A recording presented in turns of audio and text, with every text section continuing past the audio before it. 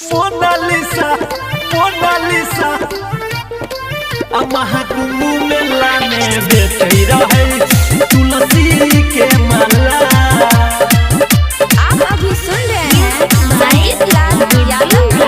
महाकुंभ मेला में बेचई रहे नाम एक मोनालिसा हर जगह छै हाला। हो मीडिया वाला भैया फेमस कर दिल नाम एक मोनालिसा हर जगह छै हाला। महाकुंभ मेला में बेचई रहे रुद्राक्ष के माला। महाकुंभ मेला में बेचई रहे तुलसी के माला। आप अभी सुन रहे हैं संजीत लाल यादव को। महाकुंभ मेला में बेचई रहे तुलसी के माला। महाकुंभ में रूप के छै रानी हो सुनबै सब ई कहानी हो। सोशल मीडिया हिला के रखने छै एकर सनसनी हो।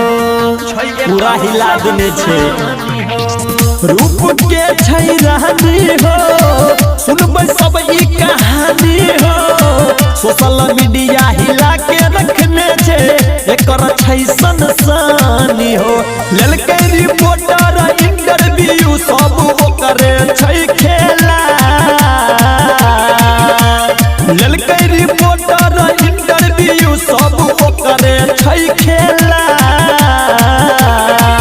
महाकुंभ मेला में बेचई रहे रुद्राक्ष के माला। महाकुंभ मेला में बेचई रहे मोती के माला। आप अभी सुन रहे हैं संजीत लाल यादव को। महाकुंभ मेला में बेचई रहे तुलसी के माला। महाकुंभ में लाखों करोड़ों में छै एक पीस एक और चेहरा। सूरज के लाली काली झुल्फों के ऊपर पहरा ऊपर पहरा।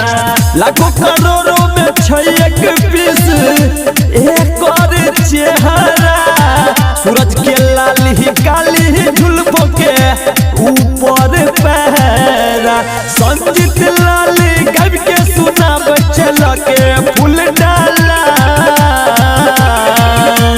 संजीत लाल गब के सुना बचल के फूल डाला।